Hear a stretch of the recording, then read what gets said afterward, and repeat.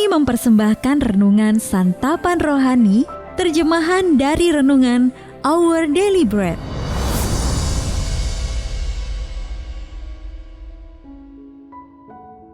Untuk menerima notifikasi video baru kami, silakan tekan tombol subscribe dan tanda lonceng di bawah ini.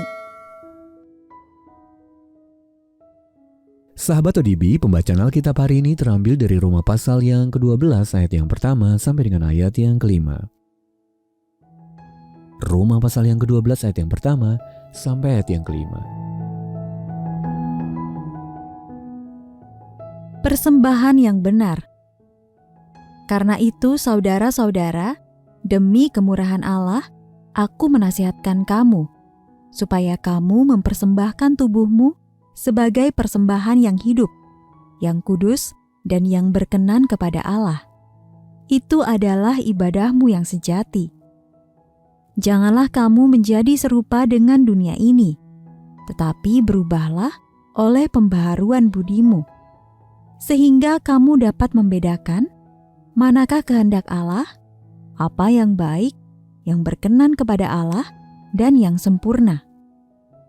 Berdasarkan kasih karunia yang dianugerahkan kepadaku, aku berkata kepada setiap orang di antara kamu, janganlah kamu memikirkan hal-hal yang lebih tinggi daripada yang patut kamu pikirkan. Tetapi hendaklah kamu berpikir begitu rupa, sehingga kamu menguasai diri menurut ukuran iman yang dikaruniakan Allah kepada kamu masing-masing.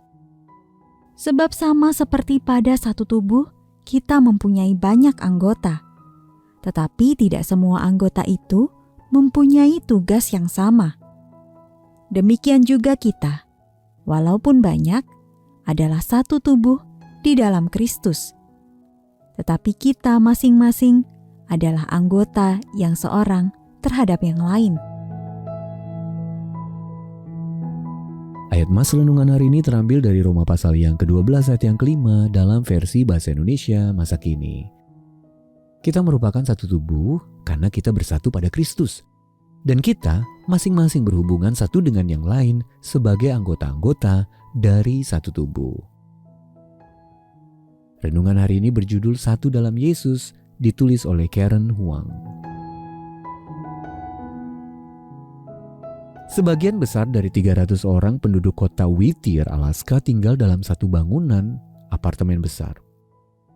Itulah sebabnya Whittier disebut sebuah kota di bawah satu atap.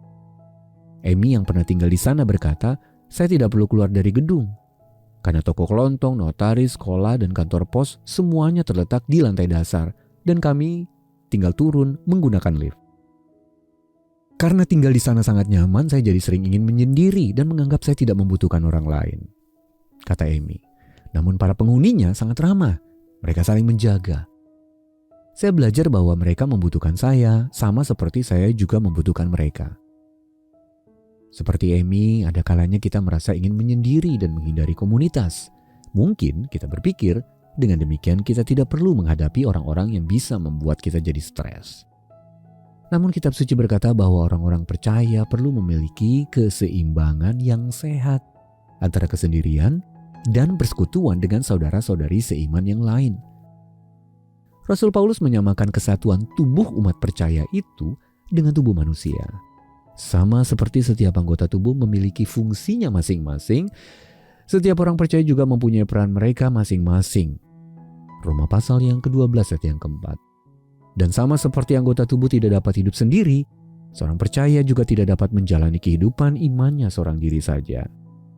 Di dalam komunitaslah kita menggunakan karunia-karunia kita dan bertumbuh menyerupai Tuhan Yesus. Roma pasal yang ke-12 ayat yang ke-9 sampai dengan ayat yang ke-21. Sahabat ODB, kita membutuhkan satu sama lain. Kesatuan kita ada di dalam Kristus. Dan dengan pertolongan Kristus, saat kita saling menjaga, kita dapat memupuk hubungan yang lebih dalam dengan Dia dan memperlihatkan kasih-Nya kepada sesama. Sahabat ODB, bagaimana komunitas di dalam Tuhan mendukung perjalanan iman Anda bersama Allah? Lalu bagaimana cara saudara-saudari seiman menguatkan Anda? Mari kita berdoa. Ya Allah, terima kasih untuk saudara-saudariku di dalam Kristus. Dalam nama Tuhan Yesus kami berdoa. Amin.